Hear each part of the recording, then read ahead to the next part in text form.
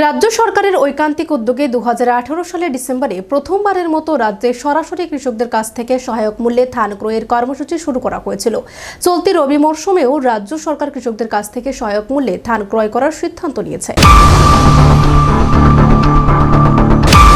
কৃষকদের উৎপাদিত ফসলের সঠিক মূল্য প্রদান করে তাদেরকে অর্থনৈতিকভাবে আরো শক্তিশালী এবং স্বনির্ভর করে তুলতে রাজ্য সরকারের ঐকান্তিক উদ্যোগে 2018 সালের ডিসেম্বরে প্রথমবারের মতো রাজ্যের সরকারি কৃষকদের কাছ থেকে সহায়ক মূল্যে ধান ক্রয়ের কর্মসূচি শুরু করা হয়েছিল। এরপর থেকে প্রতি বছর খারিফ ও রবি এই দুই মরশুমেই রাজ্যে নিয়মিতভাবে কৃষকদের কাছ থেকে ধান ক্রয়ের এই কার্যক্রম জারি রাখা হয়েছে। চলতি রবি মরশুমেও রাজ্য সরকার কৃষকদের কাছ থেকে সহায়ক মূল্যে ধান ক্রয় করার সিদ্ধান্ত নিয়েছে। এই মরশুমে আগামী 15 জুন 2024 থেকে ধান ক্রয়ের কার্যক্রম শুরু হবে এবং রাজ্য স্তরে এর আনুষ্ঠানিক সূচনা করা হবে দক্ষিণ ত্রিপুরা জেলার শান্তির বাজার মহকুমায়। এই কার্যক্রম 31 জুলাই পর্যন্ত জারি থাকবে। রাজ্যের বিভিন্ন জায়গায় এর জন্য পর্যায়ক্রমে মোট 31টি অস্থায়ী ধান ক্রয় কেন্দ্র খোলা হবে। এই মরশুমে 16,000 মেট্রিক টন ধান কেনার লক্ষ্যমাত্রা নেওয়া হয়েছে এবং এর জন্য সহায়ক মূল্য বাবদ মোট প্রায় 35 কোটি টাকা ব্যয় হবে, যা পরবর্তীতে ভারত সরকারের দ্বারা রিএম্বার্সমেন্ট করা হবে। বর্তমানে ধানের সহায়ক মূল্য কুইন্টাল প্রতি 2183 টাকা, যা ভারত সরকার দ্বারা নির্ধারিত। এছাড়া এই ক্ষেত্রে অপারেশনাল কস্ট বাবদ রাজ্য সরকারের কোষাগার থেকে প্রায় 10 কোটি টাকা খরচ হবে। 2018 সাল থেকে এখনো পর্যন্ত সরকারি উদ্যোগে রাজ্যে মোট প্রায় 1,93,000 মেট্রিক টন ধান ক্রয় করা হয়েছে এবং সহায়ক মূল্য বাবদ প্রায় 372 কোটি টাকা খরচ হয়েছে, যা সরাসরি সংশ্লিষ্ট কৃষকদের নিজ নিজ ব্যাংক অ্যাকাউন্টে মোট প্রদান করা হয়েছে। খাদ্য দপ্তরের উদ্যোগে আজকের এই সাংবাদিক বৈঠকে যারা উপস্থিত আছেন, আমার বাদিকে আছেন সেক্রেটারি ফুড রেবেল হেমেন্দ্র কুমার, ডান দিকে ডাইরেক্টর ফুড কৃষ্ণ অধিকারী এবং এক্সট্রিম ডান দিকে যিনি আছেন এডিশনাল ডাইরেক্টর। সাংবাদিক বন্ধুরা যারা উপস্থিত আছেন সবাইকে আমি আমার ব্যক্তিগত তরফ থেকে এবং আমার সরকারের তরফ থেকে অনেক অনেক শুভেচ্ছা জানাচ্ছি, নমস্কার জানাচ্ছি, অভিনন্দন জানাচ্ছি। আপনারা জানেন যে আমাদের সরকার গঠিত হওয়ার পর 2018 সাল থেকে বছরে দুবার রবি এবং খারিফ সিজনে এমএসপিতে কৃষকদের কাছ থেকে ধান ক্রয় করা হচ্ছে এবং এই 18 সাল থেকে গত মরশুম পর্যন্ত প্রতি বছর দুবার করে এই ধান আমরা লাগাতার ক্রয় করে আসছি। এখন পর্যন্ত টোটাল যে ধান আমরা ক্রয় করেছি রাজ্য সরকারের তরফ থেকে কৃষকদের কাছ থেকে সরাসরি 1,92,052 এমপি। সারা রাজ্যে 8টি জেলা, এই 8টি জেলা থেকে এখন পর্যন্ত 1,92,052 এমপি ধান আমরা ক্রয় করতে পেরেছি এবং টোটাল ফার্মার কৃষক তাতে উপকৃত হয়েছেন আমাদের 1,309 জন কৃষক।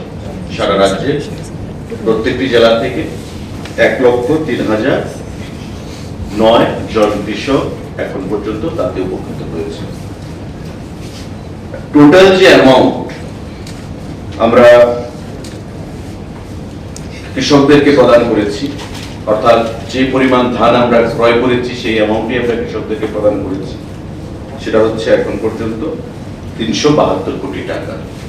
সারা রাজ্যে 1,309 জন কৃষককে 1,92,052 এমপি যে ধান আমরা ক্রয় করেছি তার এগেনস্টে প্রায় 372 কোটি টাকা এই রাজ্যে প্রদান করা হয়েছে।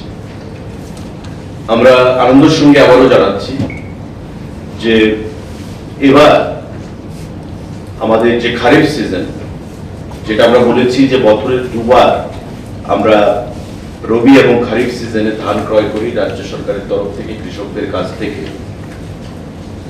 এই মরশুমে আগামী 15 জুন এই ধান ক্রয় করা শুরু হবে সারা রাজ্যে 31টা ব্লকে। আপনারা জানেন সাংবাদিক বন্ধুরা, আমাদের সারা রাজ্যে 58টা ব্লক রয়েছে এবং আমরা গতবার মহকুমা ভিত্তিক করেছিলাম গতবার পর্যন্ত। আমরা বলেছিলাম যে এবার থেকে কৃষকদের ট্রান্সপোর্টেশন কস্ট যেন আরো কম হয়, তার জন্য আমরা ব্লক ভিত্তিক করব। 58টা ব্লক আছে, তার মধ্যে আমরা 31টা ব্লকে এবার করছি, কারণ বাকি যে ব্লকগুলো সেগুলো আপনার উত্তর জেলা, ঊনকোটি জেলা, তাতে ধানের যে প্রোডাকশন সেটা হয় না এবার খারিফ সিজনে। আবার রবি সিজনে ওই জেলাগুলোতে বা ব্লকগুলোতে ধানের প্রোডাকশন হয়, তাই রবি সিজনে আমরা আবার ওই ব্লকগুলোকেও কভার করব।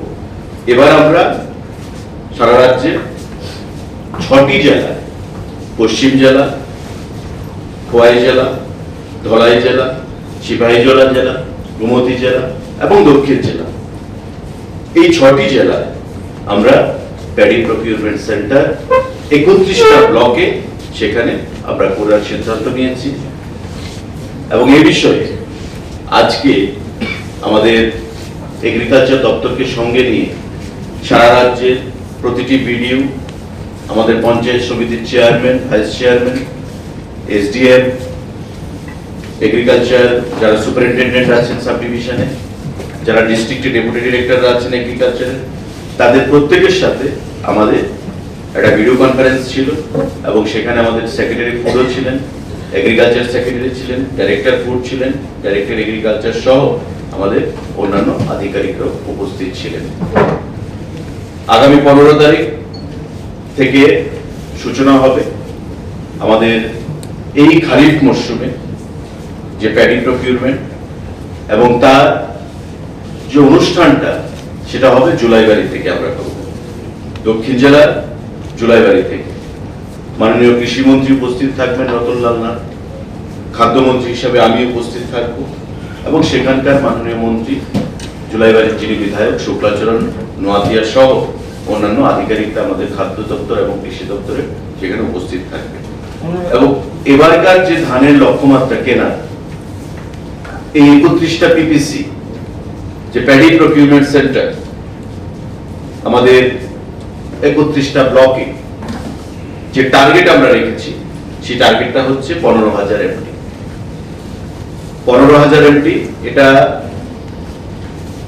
কৃষি দপ্তর থেকে জেলার মহকুমা স্তরের বিভিন্ন আধিকারিকদের সাথে কথা বলে এই টার্গেটটা আমাদের খাদ্য দপ্তরকে দেওয়া হয়েছে।